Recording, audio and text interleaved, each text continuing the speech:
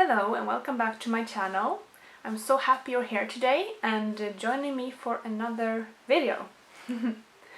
Today I thought I would talk about how growing up I didn't even want to have children, and now I'm a mother of I'm a mother of a baby boy and now I'm a mother. So today I'm going to talk about how growing up I didn't even want to have children at all. I mean, my plans were completely the opposite of like being a mother or even a wife. And I'm going to talk today about how that changed. I mean, completely, and how, today I'm a mother to a beautiful baby boy, and this is living my best life, I can honestly say that the best part of my life is now. It's being a mother. It's like, yeah, it's the best time of my life. So growing up, I had 4 siblings, younger siblings, 4 sisters, and they were a blessing. And I had a lot of fun with them and played with them, and had fights with them and was mean to them and all of these things. But at the end of the day, I hope I speak for all of us when I say that there's a sister love there, and we love each other and we care for each other deeply. But being the oldest, I often got the responsibility of taking care of them and like being more of a mother to them. And at the same time, I kind of felt left out many times, and I felt like, I don't know, I just got all the responsibility and not the fun things of it. I don't know. Somewhere along the line, I just felt like, this whole having kids thing wasn't for me. I was very interested in animals, so I focused on those on them instead. And if you have been following me for a while, you probably know that I have 4 dogs, which I love very much as well. But I just felt like kids weren't for me. I hardly ever played with dolls. I didn't really play the game of like, oh, I'm a mother when I was a child, of taking care of children in that way. I never felt like I had a really good hand with kids as well. I remember babysitting one time growing up, and it went okay, but I just felt like, nah, it's not for me. I enjoy playing with a dog in the household instead. So during my teenage years, I'm going to make another video about that as well, but I was struggling with an eating disorder, and during that time, even more than before, I just felt like, I had no desire at all, not even 0.1% desire of ever being a mother, ever taking care of a child. Because, when you're in an eating disorder, your mind is consumed with all of these thoughts about just self-hatred and yourself. You become selfish, even though you might think the opposite, because, you hate yourself, so how can I be selfish? But you are selfish, and like I said, I'm going to make a whole nother video about that, so stay tuned for that. But during that time, I had like I did not want to be a mother at all. I even remember praying to God. I kind of hated I hated my body. I didn't want to like be a woman. I didn't know what I wanted at all.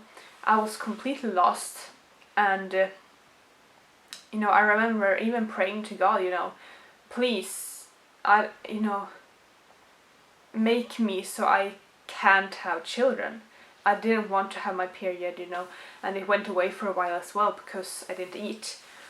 And yeah, it was a really hard time in my life, and it really impacted the way I looked at children and that.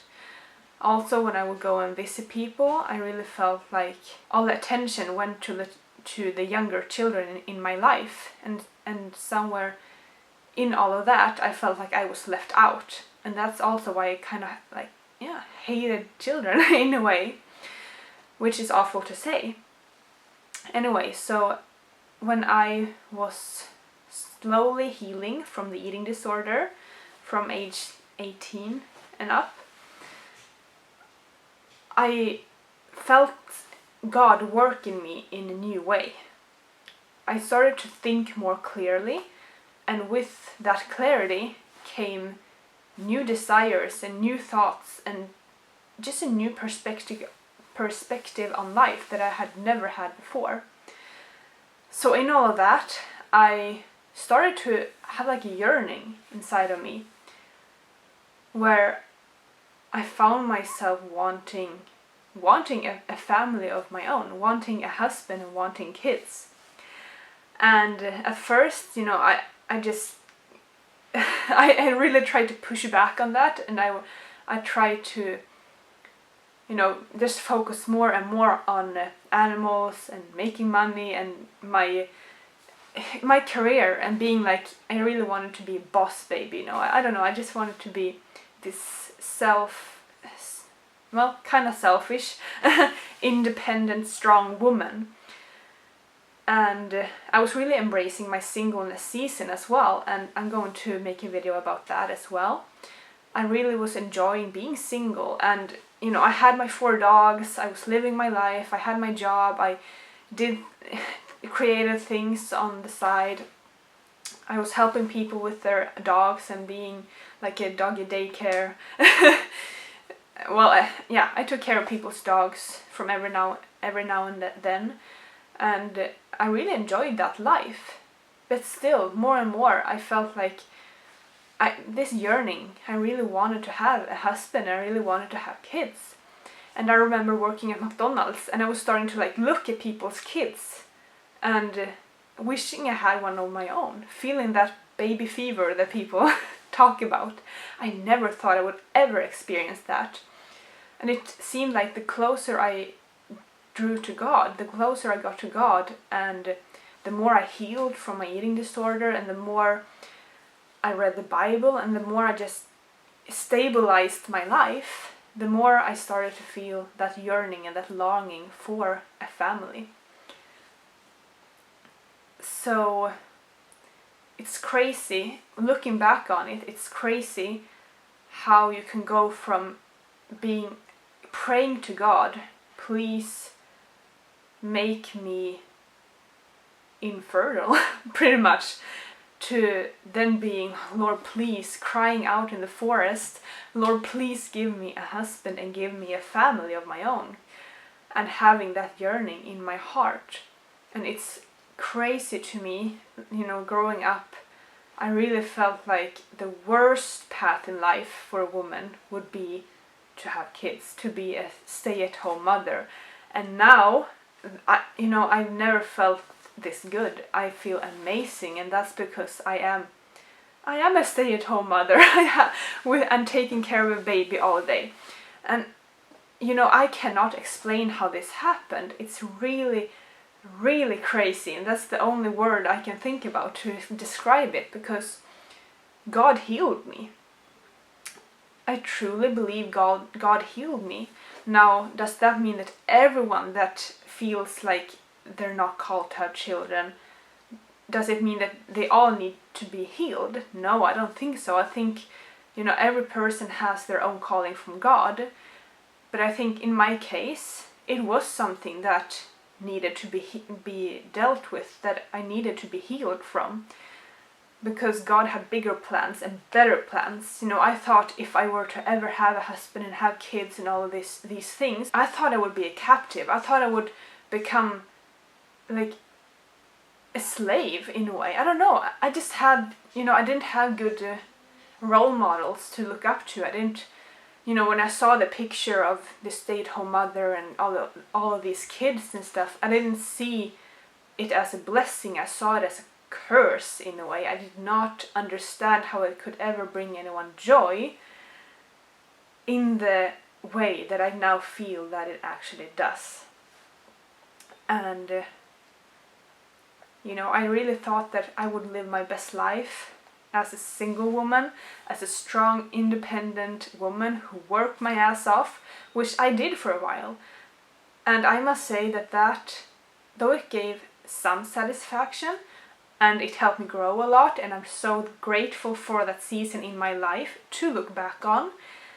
Nothing can compare to the joy I'm feeling now. And at the end of it, during my career, I was feeling miserable. I was burnt out physically, and like if I went one day without crying because I was so overwhelmed by work, it was like a miracle.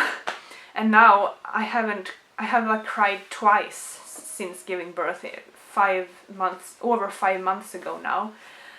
And you know, I thought all of the screaming and, you know, a baby crying and all of these things, which growing up, that was really stressful for me. I hated that noise, I hated that sound. I thought that would really get to me, but I don't mind at all, you know, at all. I know I can fix it most of the time by giving, you know, meeting the needs of my child. And to be in that position, to be able to meet the needs of my child, is the most satisfactional thing ever. It's absolutely amazing, and I'm here to just tell you that God can heal whatever, you know. He can heal everything, and you can pray crazy prayers. You can pray the most, you know, strange prayers, and you know, if He knows something is not good for you, it doesn't matter if you pray it 100 billion times, He will not answer it. But if you pray, or actually if your heart prays by yearning and longing for something once, and it's aligned with God's will, I do believe He hears that, and He will give you what your heart desires, if it aligns with who He is and what His will is for your life. Yeah, I guess that's kind of the video, what I wanted to talk about today. Going from like self-hatred and thinking, you know, I hate kids, and you know, younger kids get all the attention and I get nothing.